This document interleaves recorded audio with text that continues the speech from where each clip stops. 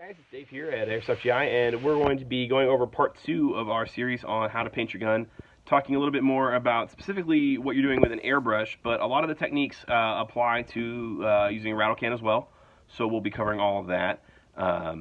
Let's go ahead and take a look at some of the materials we'll need. If you guys watched part 1 already, you guys have already got your gun primed and set up and masked off for not getting paint in unwanted places. And we're going to go ahead and show you how to get some color down on this sucker. So let's flip around and we'll go over what we're using today to do it, and we'll talk a little bit more about some of your other options. All right, so let's start off by talking about the airbrush first. So this is the Iwata Neo. That's this guy right here. It's actually the airbrush itself. You can get these guys on Amazon fairly inexpensively. I think the actual airbrush itself is like $65, $70, something like that. And then the compressor, you will need a compressor to power your airbrush. There's a million and one different options. The one that we're using here came in a kit with the Neo on Amazon, and it didn't cost a whole lot of money. So they're not very expensive if you guys want to get into the airbrushing game. They're very handy if you guys have to paint indoors or if you live somewhere where weather is not your friend for using a rattle can. A lot of the techniques are going to be identical to using a spray paint can, just you have a little bit more control, which is why we like those. To go along with the airbrush, you're going to want a way to clean it. That's where having some airbrush cleaner comes in handy. Make sure you have some of that lying around and a good hefty bit. In fact, actually, that tiny little dropper bottle is great, but we aren't messing around. We grabbed the good stuff. You're also going to need some paints. So in this particular case, we wanted to use some a little bit more obscure color to do this gun, so we didn't go with just the generic camouflage paints. We actually went to a hobby shop that does like miniature modeling and things like that, and a lot of these guys will sell airbrush paints specifically for doing modeling. So we went with a heavy khaki. This color they call Tierra Earth, which I actually think looks a little bit more like a nice kind of like flat dark earth, dark brown. And then I know the bottle looks green, but once you mix it back up, it should come out as like a green gray, which is the idea here with this heavy gray. So we're going to try all these guys out through the airbrush. We're going to paint this gun up and get some color down on it. And we'll show you guys how to lay down some patterns and stuff like that too.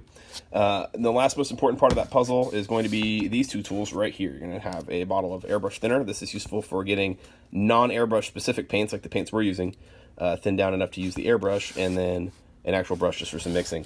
Very, very simple stuff. So let's get started. All right, so we're going to start laying down with the Tierra Earth, which is that darker brown color for what we want to do with the pattern on this gun.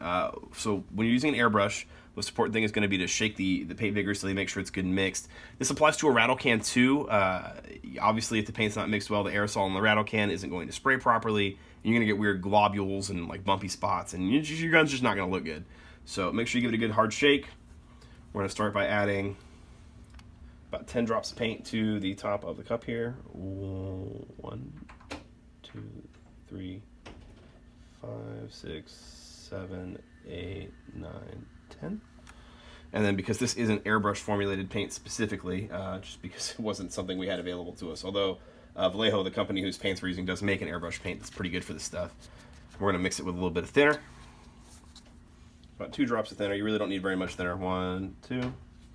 The third one snuck in there, but that's okay. And then we're going to take the actual airbrush out of its little holding cleaning pot thing here.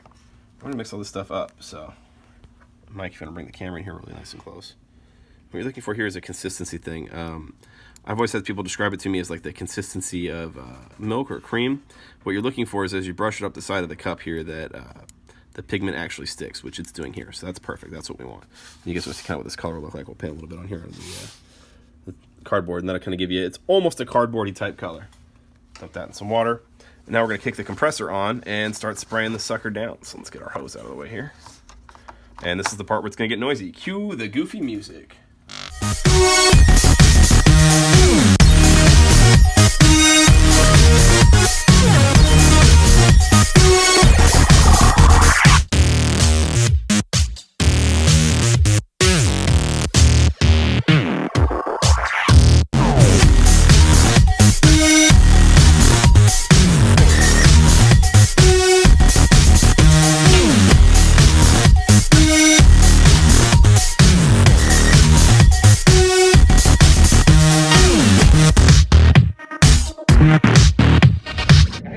From the future, poking in to tell you that I realized I forgot to mention while we were filming these clips yesterday that when you're spraying your paint on your gun from your airbrush, the idea is to go for a very, very thin coating. Ideally, you want not to have maximum coverage on your first pass. Go back over it a second time. Make sure your paint doesn't pile on too thick. That's how you get those weird textures and just like funny spots. And what that'll end up happening is as you handle the gun later on down the road, it's going to be more likely to chip and break and come apart in ways that you didn't want it to.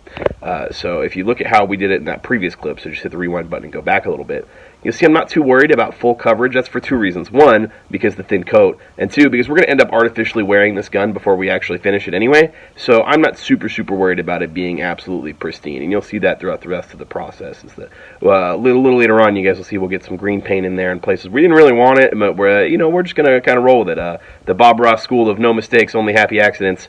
Anyway, back to the footage. All right, guys, we're back here. The gun is base coated, a nice solid dark earth. It comes out a lot brighter on camera than it really is, so hopefully at the end of this series you guys will see pictures of the final product and you'll kind of realize it's a lot darker in person. It's very reminiscent of the color of this cardboard. Anyway, we're about to start doing the detailing for the patterns on this guy, and what we're going to end up with is something kind of like this. We did a little bit of a test just to make sure that our plan was going to work on the rail covers since we had them off the gun, and the idea is going to be to go for some like khaki stripes with a little bit of green underneath. The benefit of the airbrush is that by adjusting how close or how far away you are from what you're painting, you can do these in much more fine detail, which you can't really do with a rattle can. This is the reason why we're airbrushing the gun. But there's a lot of different ways you could go from here. For example, you could lay some netting over the gun and get that snakeskin effect. You could get some actual like brush and foliage from outside and use that as a stencil. You could create or purchase like camouflage pattern stencils, and all of those are options. So what we're going to do here is we're going to start out painting the stripes onto the gun, starting here at the barrel end. So what we're going to do is click on the compressor. I apologize for the noise. And then we're going to start just spraying. So we're going to take the airbrush and kind of come across it like this. And you guys will see once we start painting about what that's going to look like. So here, just 1 second. We'll click on the compressor. The sweet, sweet buzz of painting. And test it out, make sure our color's right.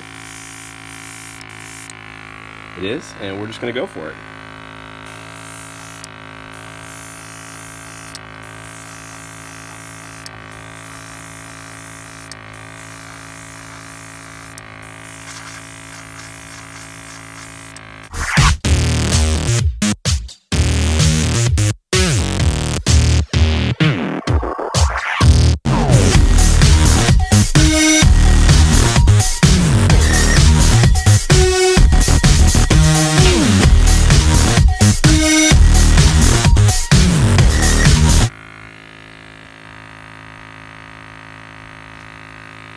Click off the compressor here, and you guys will see kind of what we're going for. You start to see the stripes forming on the sides of the gun.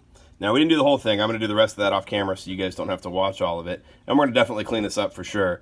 And then what's going to end up happening is we'll go back in with the green. The green is going to darken the whole thing up. You'll see this is almost like in the sunlight. It's very, very day glow neon almost here on camera. Now, it does come off a lot brighter on camera than it is in person, again, much like the base color of the gun. And after that, we are going to teach you guys how to wear this sucker down artificially. That'll be part 3 of the video, though, because that's kind of an optional step for a lot of people. And from there, you will have a finished, custom-built gun that's going to look pretty good once it's all said and done with everything. So stay tuned. We'll show you guys the final product here in just a second when we finish. All right, so here's what it looks like with the first layer of the khaki down, and it looks a little bit neon green yellow, but I promise it's going to even out. It's going to look a little bit more like that. And then once we wear it down, you'll see a lot more of the black poking through from the original paint, and it's going to be really, really clean looking. So stay tuned. We will show you guys once we're done laying down the green over the top. All right, so there you have it, guys. We've got the basis for our custom gun paint job done. Now, again, we are under like super, super ridiculous fluorescent light in here, so this looks way brighter on camera than it is in person. But we'll post some pictures here from elsewhere in the store so you guys get a better feel for what it looks like in this state, and we'll add those to the end of the video here. Now, the gun isn't done yet. We've got one last step to do, which is going to be to artificially wear this thing. That'll be in another video, though, and then we're going to show you how to paint some camo patterns, probably, just different ways to kind of show off some of the other things. So this is with the rail panels and everything on here installed, the mock bolt put back in place, and we've removed all the tape. So here, benefits of masking: no tape on the lens, no tape on the lens. No tape except on the very bottom of the trigger where we didn't get any tape, but that's not where your finger goes, so that's okay. The idea behind that was just to give you a nice solid piece where the paint was going to flake off or cause you any issues. And then the bottom of the motor grip is still paint-free, just as we intended. So that's going to be it for our custom gun for this edition of I Want to Paint My Gun, What the Heck Do I Do? And next week we will show you guys how to do some artificial wear and tear. My name's Dave. We'll catch you guys next time.